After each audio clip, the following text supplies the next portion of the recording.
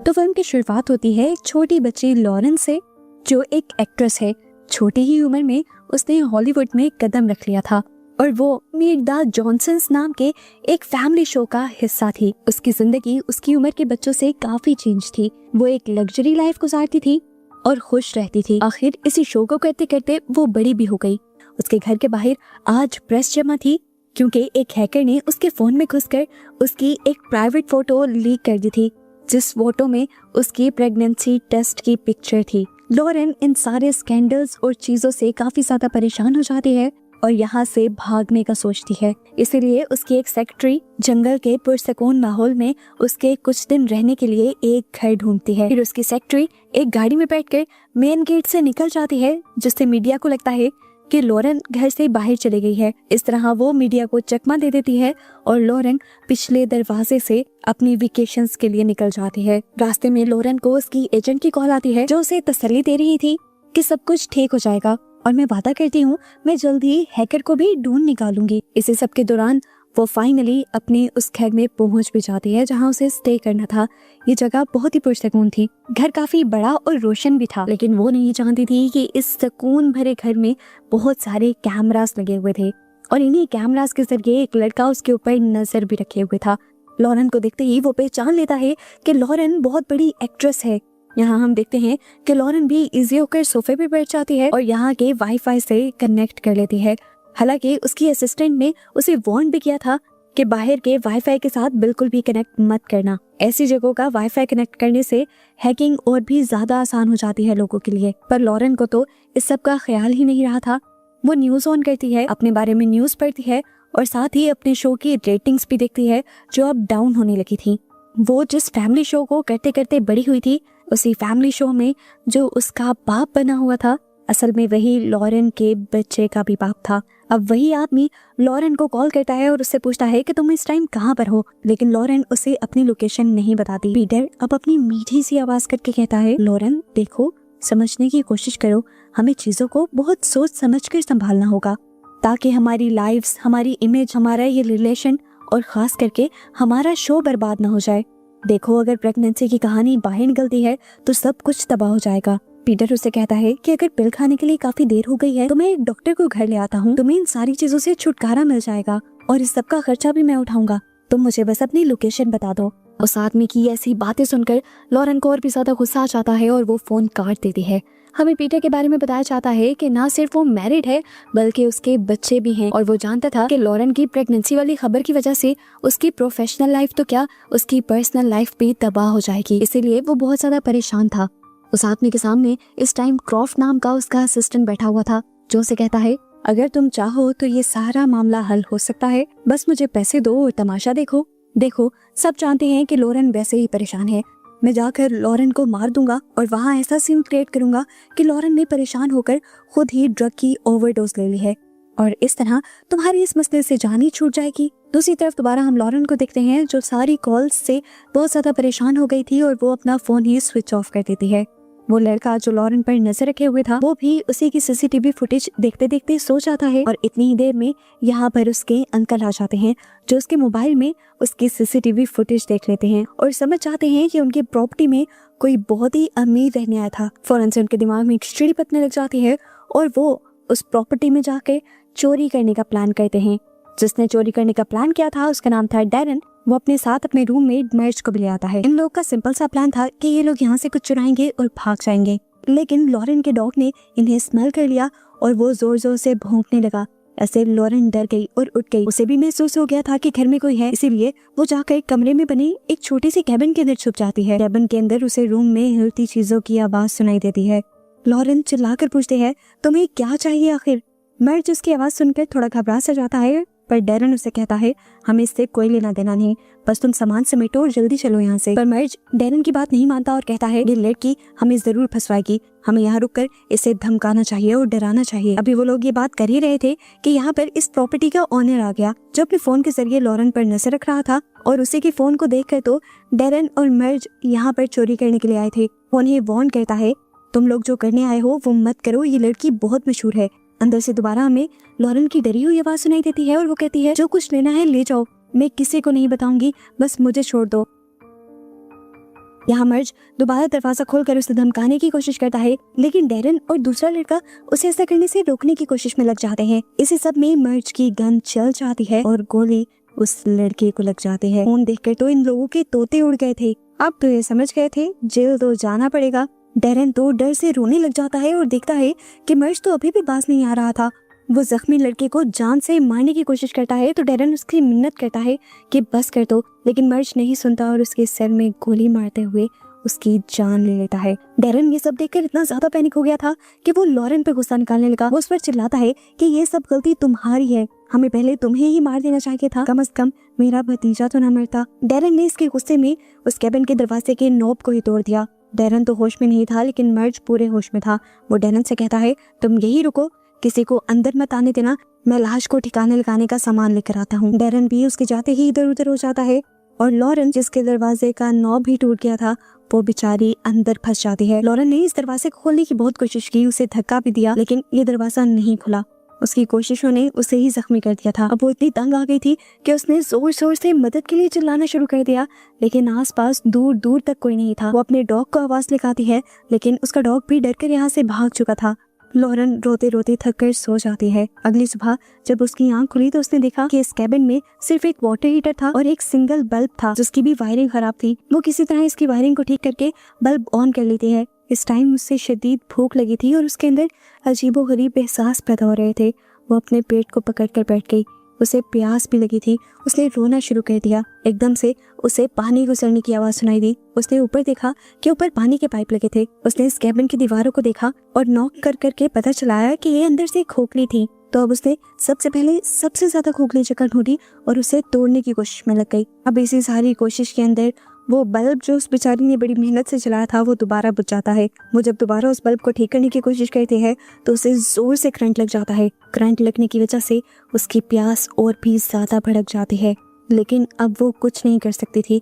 उसने अपने आप को काम डाउन करने के लिए लंबी सांसें लेना शुरू कर दी। दीवार के पीछे से अब उसे किसी चीज के चलने की आवाज आ रही थी। वो जानती थी कि ये चूहे के चलने की आवाज है। इस टाइम मर्ज और डैरन भी घर वापस आ चुके थे। उनको आता महसूस करते ही लॉरेन चिल्लाने लग जाती है और कहती है, प्लीज मेरी हेल्प करो, तुम्हें जो चाहिए मुझसे ले लो, मेरे पास बहुत पैसे हैं। देखो, अगर तुम चाहते हो कि तुम किसी पुलिस के मसले में ना हो तो मैं ये भी कर सकती हूँ। मैं तुम्हारे किए हुए इस मर्डर को भी छुपा सकती हूँ। देखो, मैं पुलिस को एक कहानी बताऊंगी कि मैं खुद यहाँ पर फंस गई थी और यहाँ पर जो कुछ हुआ मैंने नहीं देखा। डैरन, मेरी बात सुनो। मैं कहूंगी कि तुम्हारा भतीजा मेरा पीछा कर रहा था। उसने मेरे साथ जबरदस्ती करने की कोशिश की और इसी सब में उसकी बंदूक चल गई और वो अपनी ही बंदूक से मारा गया। उसकी बातों से डैरन का दिमाग खराब होने लगा था। वो अपने इमोशंस पर काबू नहीं पा पाता और अपने मुंह के अंदर बंदूक रख लेता है। आखिर में जब वो अपने आप को मार भी नहीं पाता तो वो बस आई एम सॉरी बोलता है। लॉरेन एक और मर्तबा उसे कहती है, देखो, मैं एक बहुत मशहूर एक्ट्रेस हूँ, सब मेरी बात पर यकीन करेंगे। डैरन तो लॉरेन पर यकीन करना चाहता था, लेकिन मर्ज ने उसे ऐसा करने से मना कर दिया। पागल हुआ डॉरेन जुनून में आकर अब अपना सर और हाथ दीवार से पीटने लगा। गुस्से में आकर मर्ज ने उसे रोकने के लिए दीवार पर गोलियां चलाई, लेकिन वो गोलियां दीवार से टकराकर मर्ज के अपने ही सर और डैरन के कंधे पे लग गई। यहाँ पर मर्ज मर गया और डैरन जख्मी हो गया बुरी तरह। डैरन अपने आप को बचाने के लिए यहाँ से जाने लगता है और लॉरेन अंदर से चिल्लाती रह जाती है, मैं प्रेग्नेंट हूँ, मुझे इस हाल में मत छोड़ो प्लीज, तुम मेरे साथ ऐसा नहीं कर सकते। लेकिन जख्मी डैरन उसकी बात सुनते हुए लड़खड़ाता हुआ वहां से चला जाता है। मुश्किल से ही वो हॉस्पिटल पहुंचा था और हॉस्पिटल जाते ही वो बेहोश हो गया था। कैबिन के अंदर लॉरेन भी बिल्कुल कमजोर पड़ी हुई थी। एकदम से उसके ऊपर से चूहा गुजरा और उसके अंदर करंट दौड़ गया। वो दोबारा खड़ी हुई, बगैर रोशनी के वहाँ नहीं रह सकती थी, इसलिए उसने दोबारा वायरिंग के साथ छेड़छाड़ की और बल्ब को दोबारा जलाने की कोशिश की। बल्ब तो जल गया था। अब उसे पास में ही एक लोहे का पाइप दिखा, जिसे वो उठाकर उस चूहे को मारने में कामयाब हो जाती है। लेकिन इतना सारा काम जो उसने भूखे प्यासे कर लिया था, अब इसकी वजह से वो और कमजोर हो जाती है और नीचे गिर जाती है और अब उसे हेलुसिनेशंस होने लग जाते हैं। सीन कट होकर हमें हॉस्पिटल में डैरन से बात करती हुई पुलिस को दिखाया जाता है। इधर ही डॉक्टर्स ने भी पुलिस को बताया था कि डैरन बेहोशी में किसी प्रेग्नेंट औरत के बारे में बात कर रहा था, लेकिन क्योंकि वो नशे की हालत में है तो उसकी बातों पर यकीन नहीं किया जा सकता। कैबिन के अंदर लॉरेन की हालत अब मरने वाली हो रही थी। प्यास की शिद्दत इतनी ज्यादा बढ़ जाती है कि वो ऊपर से गुजरते हुए पानी के पाइप से निकलने वाले कतरों को चाटना शुरू कर देती है। प्यास उसकी अभी भी नहीं मिटती और वो जमीन चाटने लगती है जहाँ पर पानी गिर रहा था। पानी के चंद कतरों ने ही दोबारा उसे ताकत दे दी थी। उसने अब वही मेटल का पाइप उठाया जिससे उसने चूहे को मारा था और यहाँ पर दीवार तोड़ना शुरू कर दी। और दीवार तोड़ते ही वो और भी ज्यादा डिसअपॉइंट हो जाती है क्योंकि दूसरी तरफ अंदर ईंटों की भी दीवार थी। वो यहाँ से निकलकर इस रास्ते से नहीं जा सकती थी, लेकिन अलबत्ता उसे इस दीवार के अंदर से एक चूहे का घोंसला मिल जाता है और उसकी किस्मत अच्छी कि इस घोंसले के अंदर एक हथौड़ी थी। इसे देखकर वो खुश हो गई, इसके जरिए वो दरवाजा खोल सकती थी। अभी वो यही सोच ही रही थी कि उसके ऊपर एक दूसरी मुसीबत आ गई।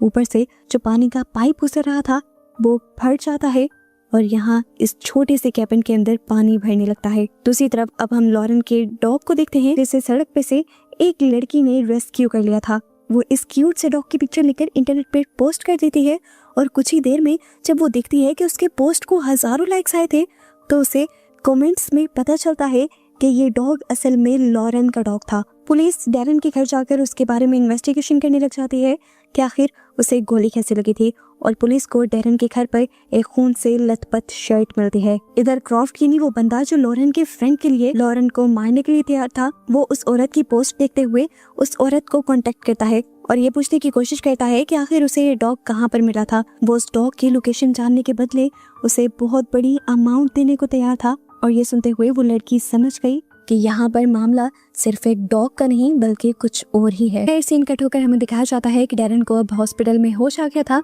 पुलिस उससे इन्वेस्टिगेशन करती है और उसके भतीजे और उसके दोस्त मर्च के बारे में पूछती है और यहाँ डैरन उन दोनों के बारे में बताने से साफ इंकार कर देता है और कहता है कि मैं उनके बारे में कुछ भी नहीं जानता। जब पुलिस उससे पूछती है फिर तुम पर किसने हमला किया, तो वो कह देता है कि ये गोली मेरी ही गलती से मुझे लगी थी। वो कहता है मैं एक ताला तोड़ने के लिए उसके ऊपर फायर कर रहा था और गोली आकर दोबारा मेरे कंधे पर लग गई। यहाँ पुलिस उसे बता देती है कि पुलिस ने उसके घर की छानबीन की थी जहाँ से उसे खून में लथपथ एक शर्ट मिली थी जिसको अब फोरेंसिक के लिए भेज दिया गया था और पुलिस बताती है कि जल्द ही पता चल जाएगा कि उस शर्ट पर किसका खून है। इधर सीन कट होकर हमें दोबारा लॉरेन को दिखाया गया जिसने उस हथौड़ी का इस्तेमाल शुरू कर दिया था दरवाजे के हिंजेस को तोड़ने के लिए। इसी टाइम पर हमें दूसरी तरफ क्रॉफ्ट को दिखाया गया जो इस टाइम उस वेट के पास पहुंच गया था जिसके पास वो लड़की लॉरेन के डॉग को लेकर गई थी। वो डॉक्टर को पैसे देता है और कहता है कि तुम उस लड़की को अपने क्लिनिक में बुलाओ।